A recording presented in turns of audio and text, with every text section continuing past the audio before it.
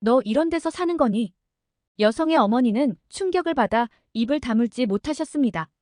과연 이 여성에게는 어떤 일이 있었던 걸까요?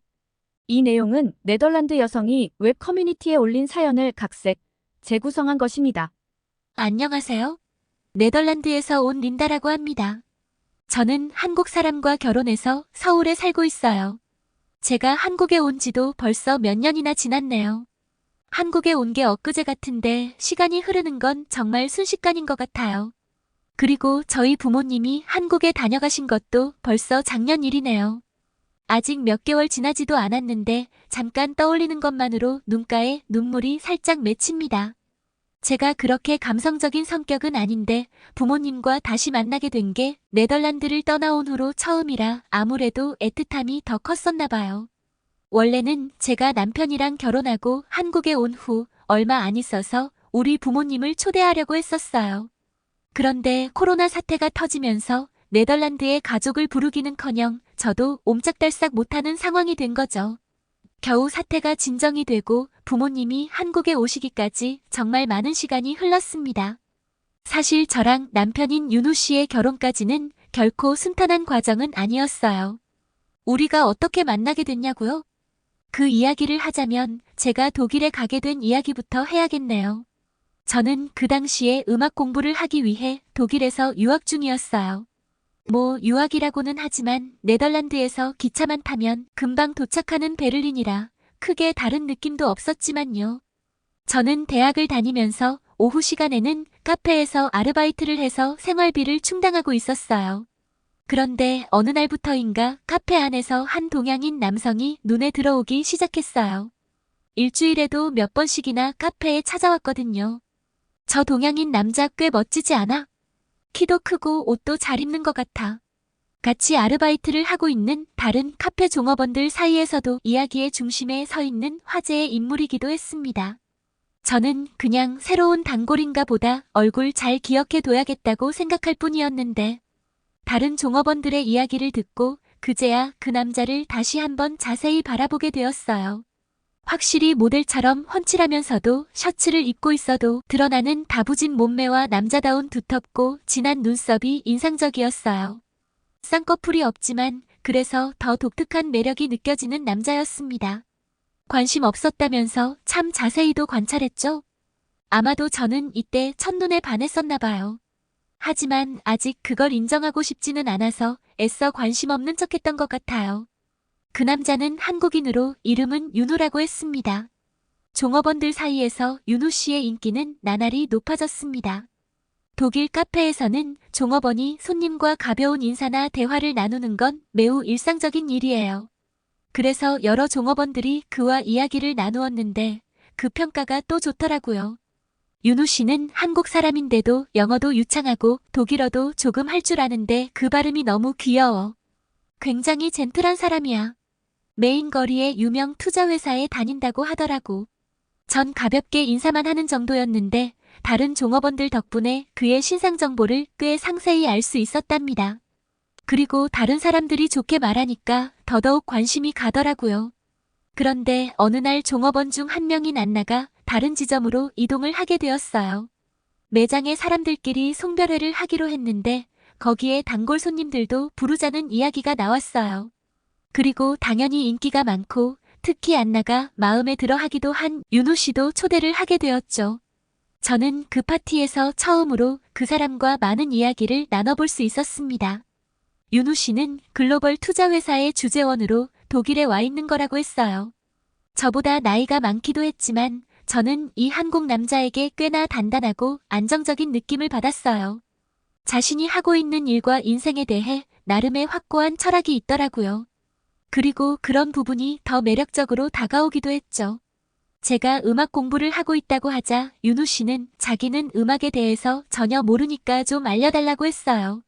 가끔 잘 모르면서 아는 척을 하는 사람들도 많은데 솔직하게 말하는 모습이 귀엽게 느껴졌어요. 우리는 이 파티에서 친해졌고 연락처도 주고받았습니다. 이날 이후로 윤우 씨가 제가 일하는 카페에 오는 횟수가 더 늘어났습니다. 하루에 몇 번씩 와서 커피를 마시고 가는 일도 종종 있었어요. 그리고 그때마다 우리는 다양한 이야기를 나누며 점점 더 가까워졌습니다. 가끔 제가 일이 늦게 끝나는 날에 윤호 씨가 오면 함께 식사를 하거나 술도 한잔하고 가는 일도 있었어요.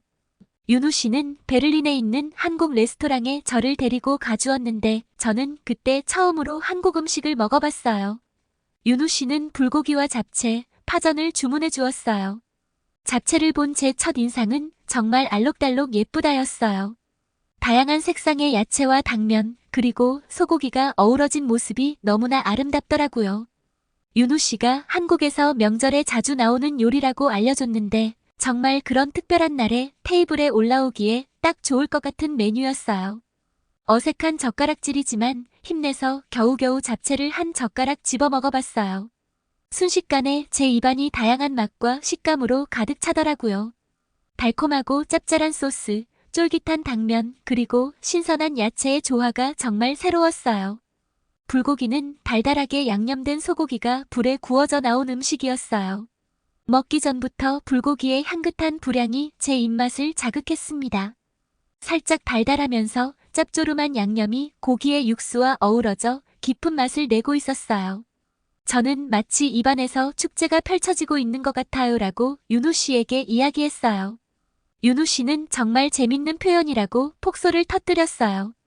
파전은 동그란 밀가루 반죽에 파와 각종 해물이 들어있는 요리였어요. 한국 요리 중 제게 친숙하게 느껴졌어요. 네덜란드의 국민 음식인 팬케이크와 비슷해 보였거든요. 네덜란드의 팬케이크는 과일이나 달콤한 시럽을 올려서 디저트처럼 먹는 경우가 일반적이지만 해산물, 베이컨, 치킨 등의 토핑을 추가해서 식사로 먹는 경우도 그만큼 많아요. 파전의 맛도 비슷하려나 생각했는데 웬걸 전혀 달랐어요. 파전은 겉이 약간 바삭바삭했는데 이게 정말 맛있었어요. 그리고 팬케이크처럼 우유가 들어가진 않는지 유제품의 맛이 나질 않더라고요. 대신 해물과 파의 풍미가 가득해서 감칠맛이 엄청났어요.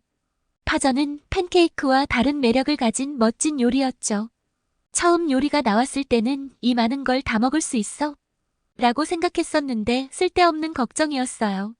한국 요리에는 다양한 영양소가 골고루 들어있고 보는 재미도 있어서 참 즐거운 식사 시간이었습니다.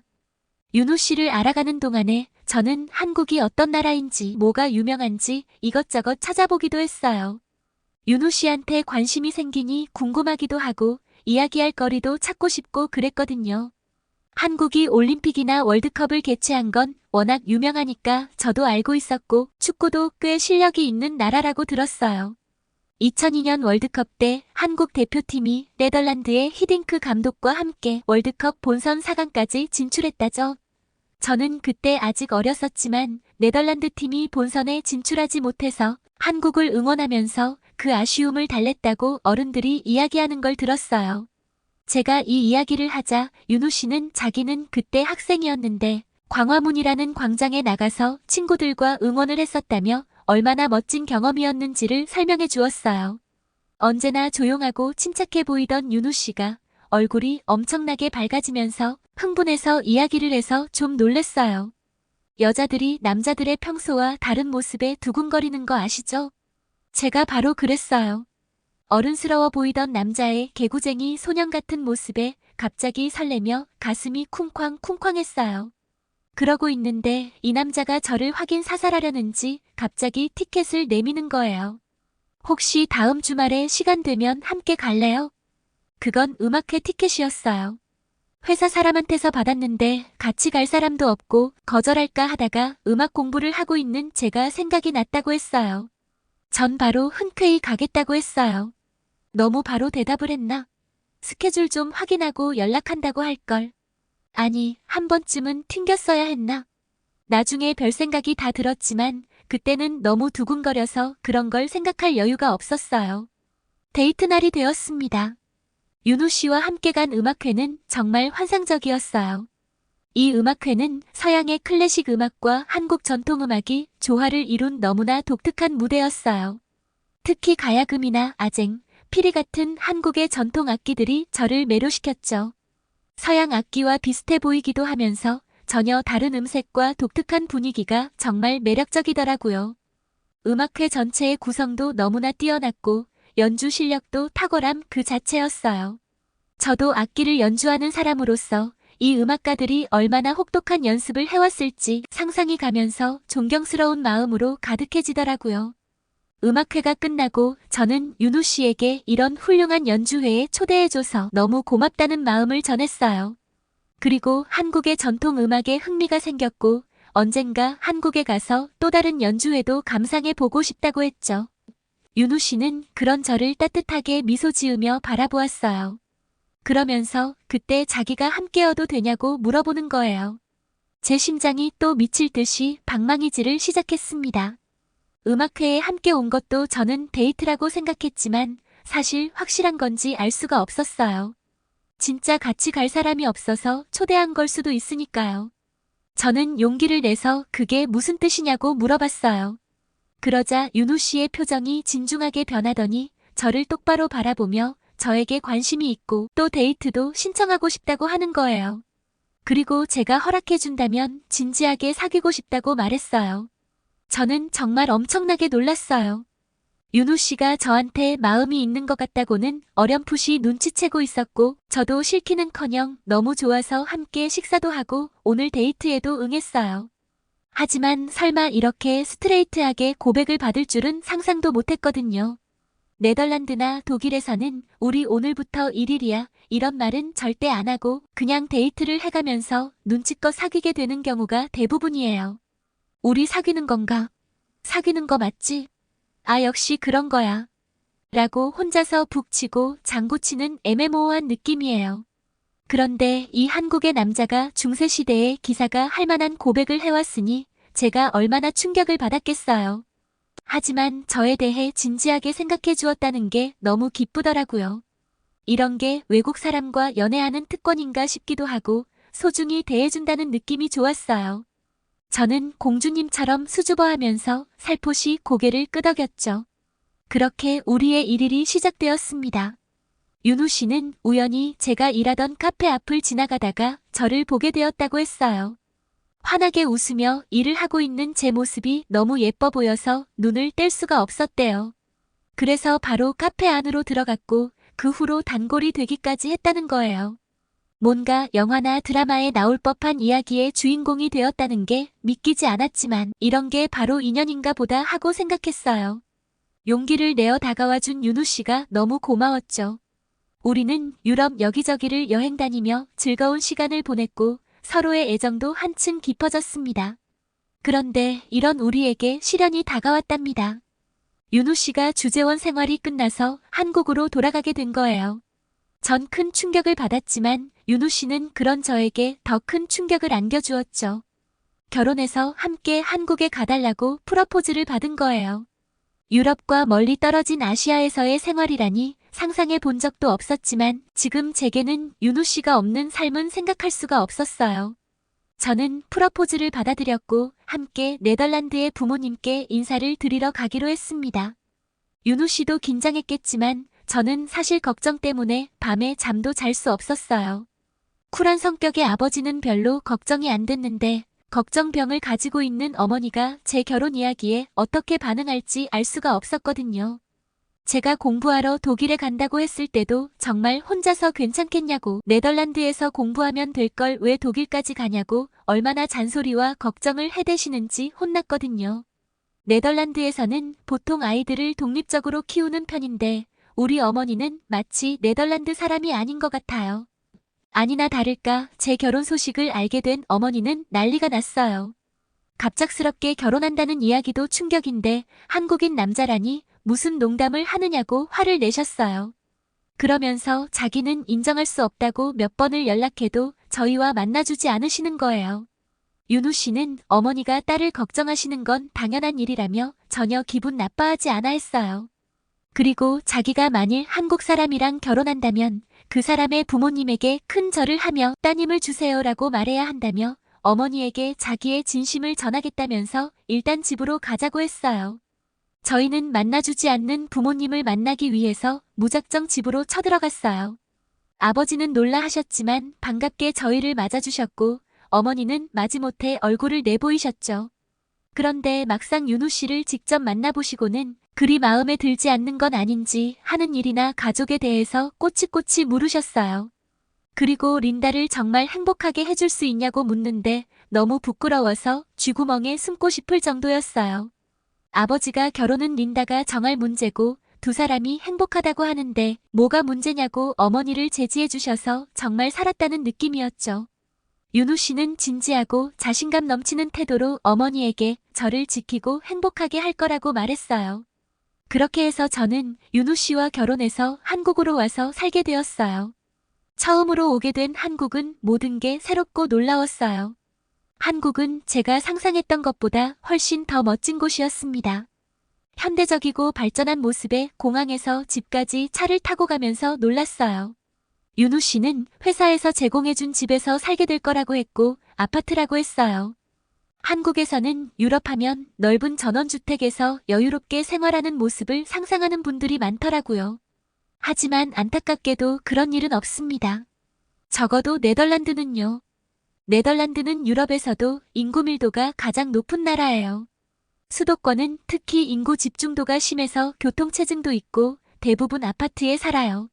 19세기 전이나 20세기 초쯤에 지어진 집들이 많아서 보기에는 운치도 있고 예쁜데 그게 딱 보기에만이에요.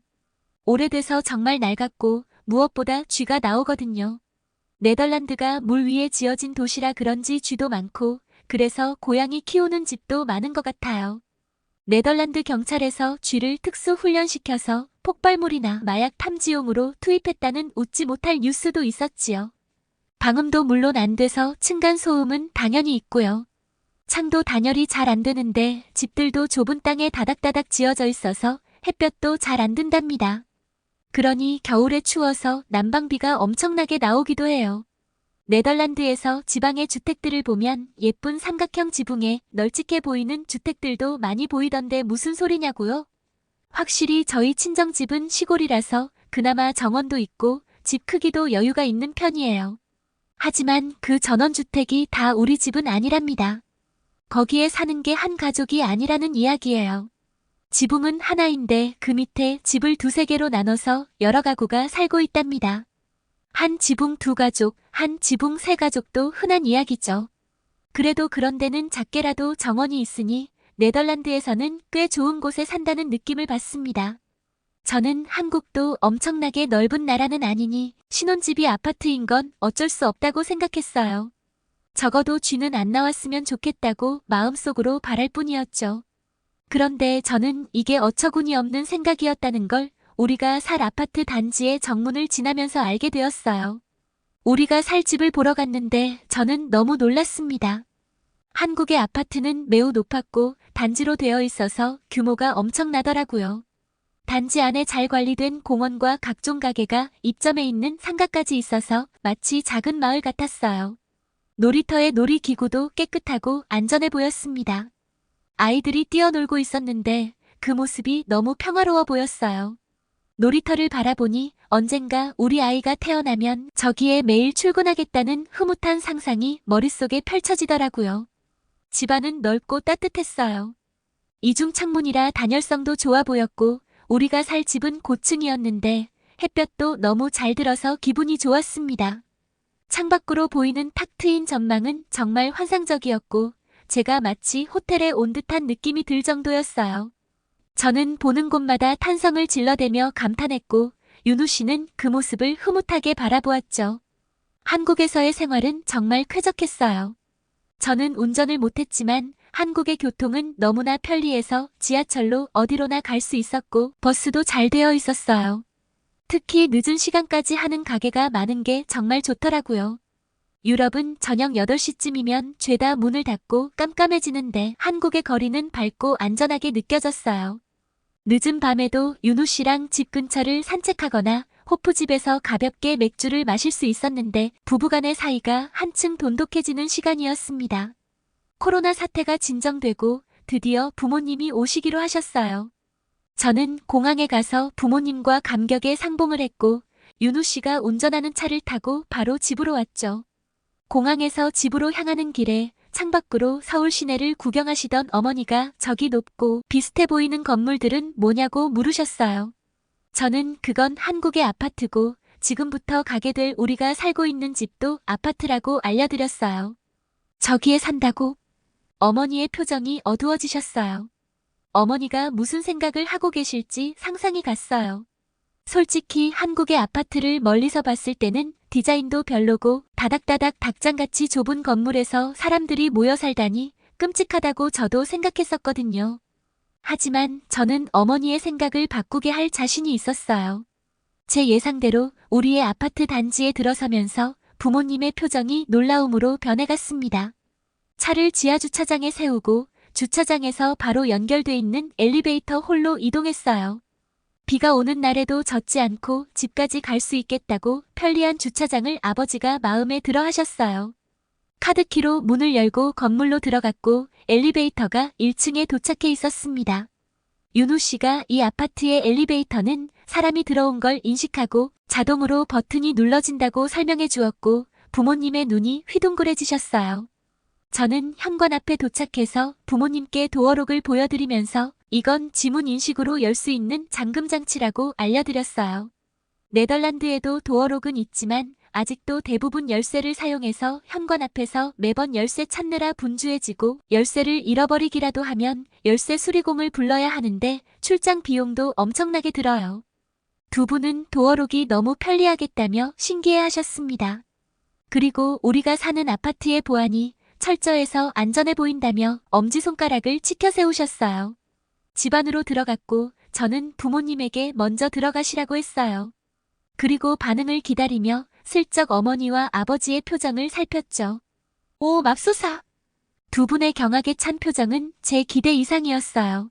린다, 너 이런 데 사는 거니? 여긴 마치 호텔 같구나. 우리가 집에 도착한 시각은 해가 질 무렵이었어요. 탁 트인 거실 창을 통해 불그스름한 노을에 물든 환상적인 도시 풍경이 펼쳐지고 있었습니다. 저는 아버지께 벽에 설치되어 있는 터치 화면을 보여드리며 여기서 집안 전체의 조명이나 에어컨 기능을 관리할 수 있다고 알려드렸어요. 가스나 전기의 사용량도 확인할 수 있다고 했더니 정말 최첨단이라고 놀라하셨어요. 그리고 거실에 있던 한국산 벽걸이 TV를 보고 어떻게 이렇게 화면이 얇을 수 있냐고 큰 관심을 보이셨어요. 어머니는 키친이 정말 깔끔하다고 좋아하셨고 냉온수가 나오는 정수기까지 설치되어 있는 것에는 충격을 받으셨습니다. 제가 부엌에 있는 수납장이며 식기세척기 같은 건 따로 산 게 아니어서 집에 포함되어 있다고 했더니 정말 훌륭한 시설이라고 부러워하셨죠. 저는 부모님이 우리의 신혼집을 마음에 들어 하시는 것 같아서 정말 뿌듯했습니다. 저녁 시간이 되었고 멀리서 오신 부모님이 피곤하실 것 같아서 오늘은 요리를 배달시켜서 먹기로 했어요. 배달 앱으로 다양한 메뉴를 보며 부모님과 함께 주문을 했습니다. 저희는 프라이드 치킨과 돌솥 비빔밥을 주문했어요. 어머니와 아버지는 피자나 햄버거뿐만이 아니라 이렇게 다양한 음식을 배달해준다니 너무 신기하다고 하셨어요. 얼마 지나지 않아서 음식이 도착했습니다. 부모님은 어떻게 이렇게 빨리 도착하냐고 혀를 내두르셨어요. 식탁 위에 음식을 차려놓고 식사를 시작했습니다. 아버지는 프라이드 치킨을 한 입 베어 드시고는 어쩜 이렇게 바삭하고 고소하냐며 감탄하셨어요. 닭고기의 육즙이 터져나오며 바삭한 튀김옷과 어우러지는 게 너무 맛있다고 하셨어요. 어머니는 정말로 돌솥에 담긴 비빔밥이 배달돼 온 것에 충격을 받으셨어요.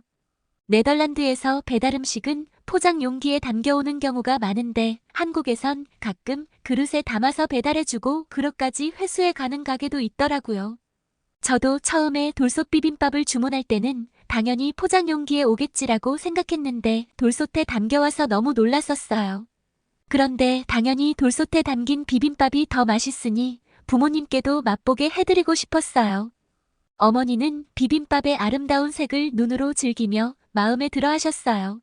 그리고 한 입 먹어보시고는 비빔밥의 신선한 야채와 고기 그리고 그 위에 뿌려진 고추장의 조화가 놀랍다고 하셨습니다. 무엇보다도 배달 오기까지 빠르긴 했지만 어떻게 아직도 밥이 이렇게 따끈따끈할 수 있는지 그리고 이 밥이 얼마나 맛있는지에 대해 감탄을 하며 말씀하셨어요. 우리 가족은 오랜만에 맛있는 음식을 함께 먹으면서 그동안 밀렸던 이야기를 나누었어요. 어머니는 윤우 씨를 바라보며 너무 고맙다고 말씀하셨어요. 자기에겐 아직도 물가에 내놓은 아이 같아 어찌 지내는지 걱정만 되는 딸이었는데 너무 행복해 보이는 모습에 정말 안심했다고 하셨죠. 아버지도 한국은 생각보다 너무나 안전하고 편리한 나라 같고 특히 이렇게 멋진 집에서 딸이 생활하는 걸 보니 정말 시집 잘 보낸 것 같다고 하셨어요. 제 결혼을 탐탁해하지 않으시는 어머니 생각에 우울해한 적도 많았는데 이런 날이 오다니 정말 믿기지가 않았어요. 부모님의 말씀에 기쁘고 벅차올라서 눈물이 나오려는 걸 참느라 정말 힘들었네요. 부모님은 다정한 사위의 안내를 받아 서울 곳곳을 관광하고 맛집이란 맛집은 다 가보며 진짜 한국 여행을 만끽하고 네덜란드로 돌아가셨어요. 두 분이 떠나고 적적한 마음이 들 때도 있지만 전화할 때마다 벌써 또 한국에 가고 싶다고 이야기하시니 아마 곧 다시 보게 되지 않을까 싶기도 하네요. 저의 이야기는 여기까지입니다. 여러분, 린다 씨의 이야기 어떠셨나요? 오늘의 사연은 한국인과의 결혼을 탐탁지 않게 생각하셨던 네덜란드인 어머니가 딸이 안전하고 편리한 한국에서 행복하게 지내는 걸 보고 안심하고 돌아가셨다는 이야기였습니다. 매일매일을 감동적인 이야기로 채우고 싶은 감동 다이어리였습니다. 또 좋은 이야기로 찾아뵙겠습니다. 시청해주셔서 감사합니다.